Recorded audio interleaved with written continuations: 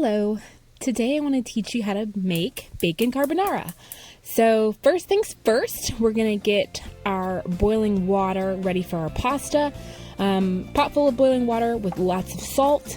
I've got about 4 ounces of linguine pasta, but you can use whatever pasta works. Toss that around to get it going and then just let it sit and cook according to the package.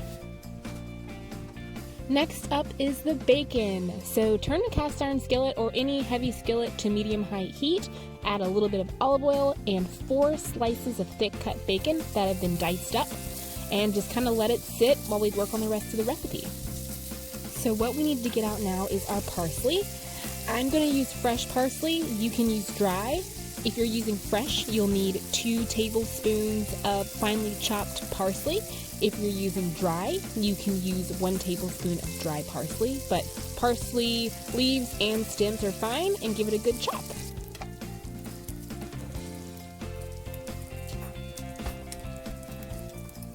Next up, we'll need 1 egg. Crack that into the bowl. Give it a little stir. Then to that, we're going to add our parsley, 2 tablespoons of fresh or 1 tablespoon of dry. Mix that in.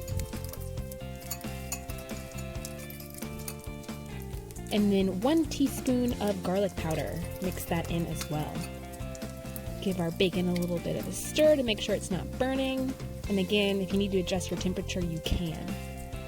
Add in 2 tablespoons of grated parmesan, just the kind from the green bottle is fine, and that's our mix.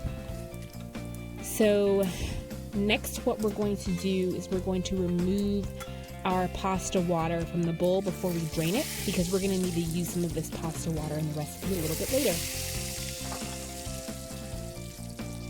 I turned off the heat for my bacon, and now I'm going to drain the pasta. Now that the pasta's drained, we're going to take out all this delicious crispy bacon and just put it on a paper towel lined plate to absorb some of the extra fat. Oh my gosh, do you like bacon as much as I do? Because I love bacon. So this recipe's perfect.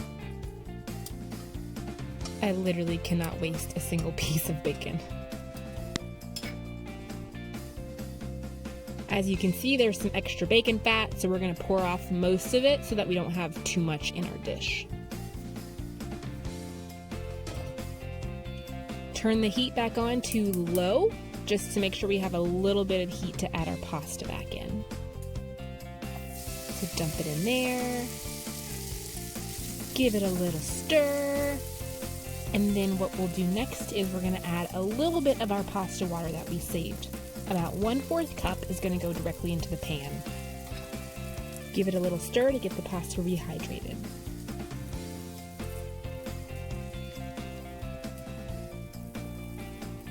Bacon goes back into the pan with the pasta.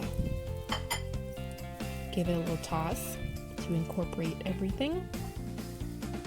Remember this mixture? Add a 1/4 cup of our pasta water to that. Stir it up. Pour it in the pan, and then you want to really quickly stir it around so that the eggs don't scramble. But this is what makes our sauce, and we turn off our heat as well. And this is pretty much it. Stir it to combine, make sure the sauce is coating all the pasta. It's cheesy and it's delicious.